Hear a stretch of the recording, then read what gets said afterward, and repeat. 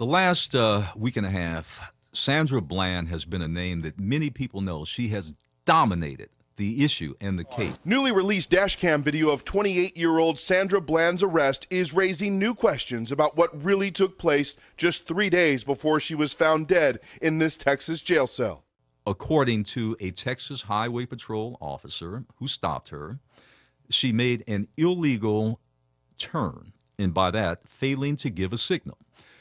Now, Pedro Baez, Fanon Hutchinson, and Earl O'Farrill Hutchinson, and anybody else that's listening knows if every time, that's a driver, if every time we got stopped for giving, for not signaling, when you make a turn or changing a lane, I got to tell you, there would not be enough officers on the planet.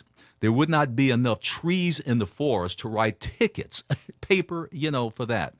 I have seen police officers making turns and change lanes in front of me. I've never seen the signal given by them. No. Be that as it may, this particular day, this particular officer got behind her, pulled her over, and then this is where things got interesting, to say the least.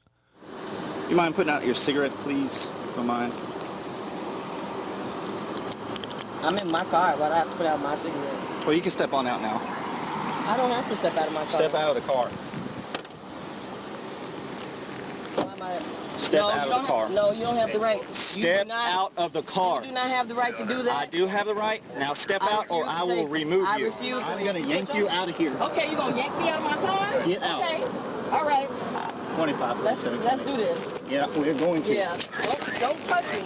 Get out of the car. Don't touch me. I'm not under arrest. You don't have the right to take me out of my car. You are under arrest. She's smoking a cigarette. Put the cigarette out.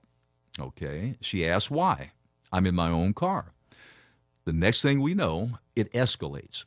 Now, this is an officer you would think, as police officers, they're trained professionals. She steps out of the car. They claim she was combative, but I didn't see that. She stepped out of the car and complied, walked over, and the rest is blanked out. We don't see totally what happened, but we see enough to know that not only this officer, but a couple of other officers now have her on the ground, pinning her down, and we hear her shouting, you're hurting me, you're hurting me. Even before that, one of the arresting officer, said, I'll light you up, meaning the taser. And, of course, he pulled the taser out and then pulled it back. I will light you up. Get out. Wow. All right.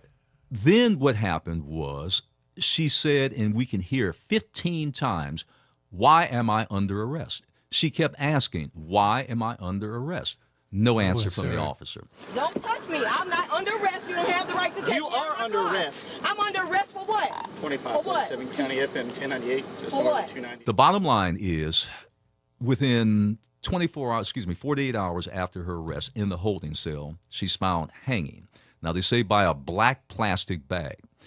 Now, the DA originally said that it was going to be investigated treated as a murder. But now, of course, with forensics coming back and, of course, all the investigators and now the DA, they're backpedaling, saying, no, it shows conclusively now what we said from the beginning, there was no foul play, that she, in fact, killed herself. Murder or suicide, I'll leave it at that. A compelling case can be made. You messed up. You screwed up.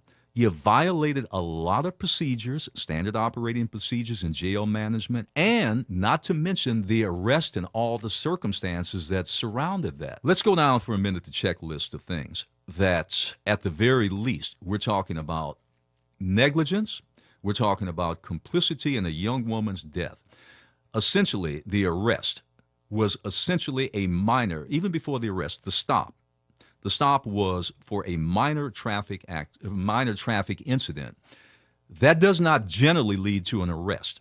And it certainly doesn't lead to, number one, telling someone what they can do in their own car, namely a cigarette, pulling them out of the car, not giving them any indication why they're being arrested, and then physically manhandling her. And then at that point in time, taking her to the jail, while she's trying to post bail, and by the way, it was $5,000. Trying to post bail, it's $500.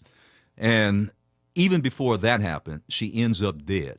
So once again, all the things that went into improper procedures at the jail. So at the very least, we have a massive case, and I mean a massive case of negligence. But I think the bottom line literally for this, with the case of Sandra Bland, it's not over. Texas authorities screwed up. They have a lot to answer for. It's not over yet. And by the way, many are still not convinced that she actually did commit suicide.